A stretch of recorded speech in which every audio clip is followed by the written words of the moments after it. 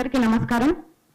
మా కోసం మా మీద జరుగుతున్న సోషల్ మీడియా దాడులకి మీరు మాకు మద్దతుగా అందరూ ఒక సమావేశాన్ని ఏర్పాటు చేసినందుకు ముందుగా అందరికీ కృతజ్ఞతలు.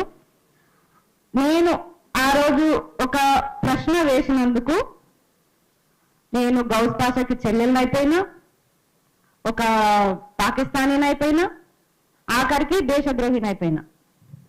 నేను ఎక్కడ ఒక బాంబు వేయలే, ఎవరిని చంపలే, ఏం అమ్మలే, డ్రగ్స్ కూడా ఏం చేయలే. ఇక్కడ అమ్మాయిలను తీసుకుపోయి వేరే దేశాలకు, బంగ్లాదేశ్కి అక్కడ అమ్మలే. అయినా సరే నేను దేశద్రోహుల జాబితాలో నేను చేరిపోయినా. అయినా నాకు బాధ లేదు.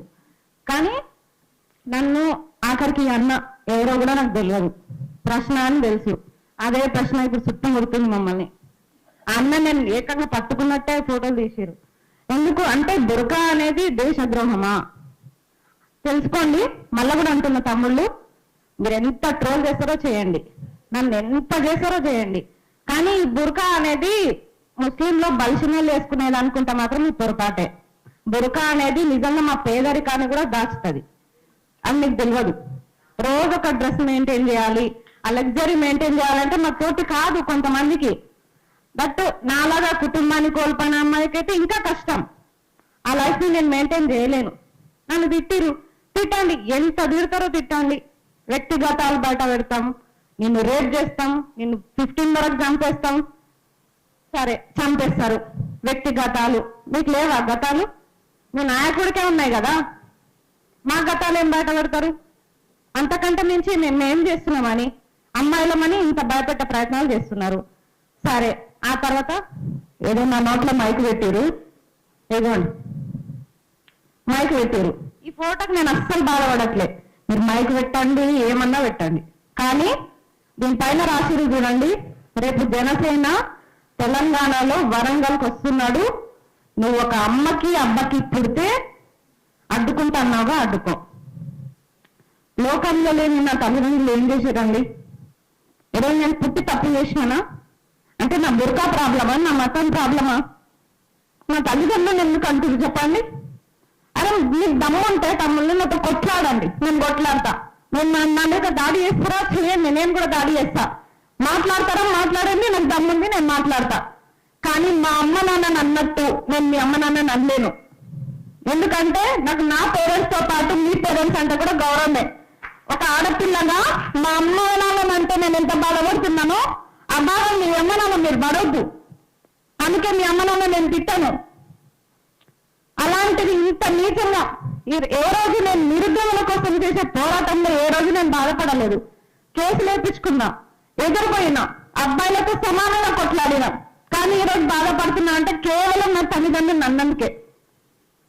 నా తల్లిదండ్రులకు మంచిగా నేర్పారు, మరి మీ తల్లిదండ్రులు మీకు ఏం నేర్పించారు? తమ్ముడు అంటే పదం ఏందో నాకు, అంత బూట్ ఏందో నాకు తెలియదు.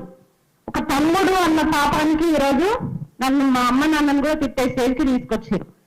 నేను చెప్తున్నా కదా, మీకు దమ్ముంటే ఇప్పుడు కూడా చెప్తున్నా, మీ ట్రోలింగ్కి ఎవరు భయపడరు. ఎంత ట్రోల్ చేస్తారో చేయండి, కానీ మా అమ్మ నాన్న జోలికి వెళ్ళకండి. వెళ్తే మాత్రం బాగుండదు.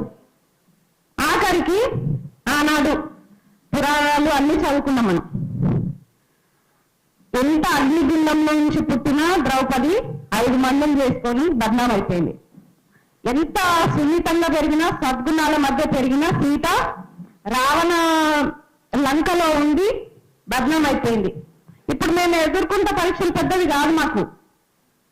లా గురించి తిట్టిరు, ముందా అన్నారు, దేశద్రోహి అన్నారు, ఎన్నంటారో అనండి, అన్నిటికీ రెడీ. ఏ రోజు కూడా దర్చుకోలే, భయపడలే. నా తల్లిదండ్రులు నాకు అది నేర్పలే. కానీ ఈ రోజు నా తల్లిదండ్రులే అంటే నాకు బాధ అనిపిస్తుంది. నా కళ్ళల్లో నీళ్ళు వస్తున్నాయని మళ్ళీ పిరికిదాన్ని అనుకోకండి దయచేసి.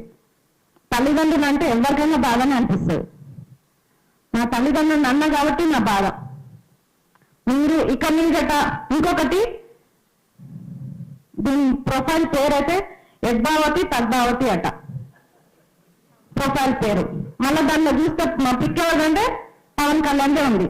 ఇప్పుడు నేను ఎవరి పైన కన్సెంట్ ఇవ్వాలి? పవన్ కళ్యాణ్ పైన ఇవ్వాలి కదా. మళ్ళీ ఎందుకు బాధ అనిపిస్తుంది? ఎందుకు నొప్పి అవుతుంది మీకు? మూడింది. ఫస్ట్ ఆఫ్ ఆల్ మీరు ఎన్ని ట్రోలింగ్ చేస్తారో చేయండి, ట్రోలింగ్ ఆపమని మేము పెట్టాలి.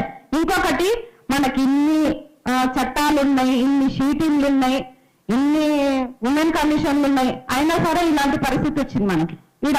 ఎందుకంటే బాధితుల మనము కంప్లైంట్ ఇచ్చి మనం ఎక్కువ తిరగాలి. ఫస్ట్ ఆఫ్ ఆల్ వాళ్ళేమో దర్జాగా ఉంటారు. ఇది ఎప్పుడు మారుతుంది ఈ సిస్టమ్? మా కోసం ఏర్పాటు చేసిన ఇన్ని పోలీస్ కమిషన్లు, ఇన్ని చట్టాలు ఎట్టుపోయినాయి. అయినా మేము తిరగాల్సి వస్తుంది. మేమే కంప్లైంట్ ఇచ్చి మేమే 100 సార్లు తిరగాలి, ఆడేమో దర్జాగా ఉంటాడు. కాబట్టి చట్టాలు చాలా వేగవంతంగా 24 గంటల్లో చర్యలు తీసుకునేటట్టుంటే బాగుండే.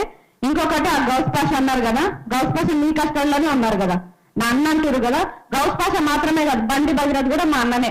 ఇద్దరిని ఒకటే తాడికి ఉరేయండి, ఒక్కటే తాడికి ఉరేయండి, ఇద్దరికి ఒకటే శిక్షణ అమలు చేయండి. నేను అడ్డుపడితే అప్పుడు నన్ను తీసుకుపోయి పాకిస్తాన్లో వదిలేయండి. Thank you. నాకు ఇంత మంచి అవకాశం ఇచ్చినందుకు అందరికీ థ్యాంక్ యూ.